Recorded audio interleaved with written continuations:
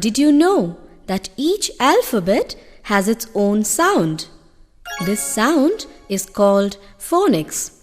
And if you know this phonics, your pronunciation becomes easier. A, B, B, C, K, D, D, E, E, F,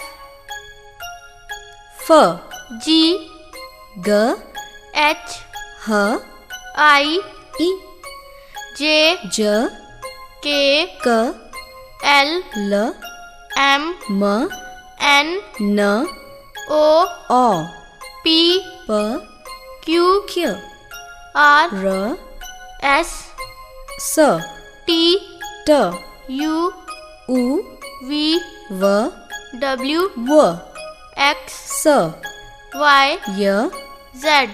Z.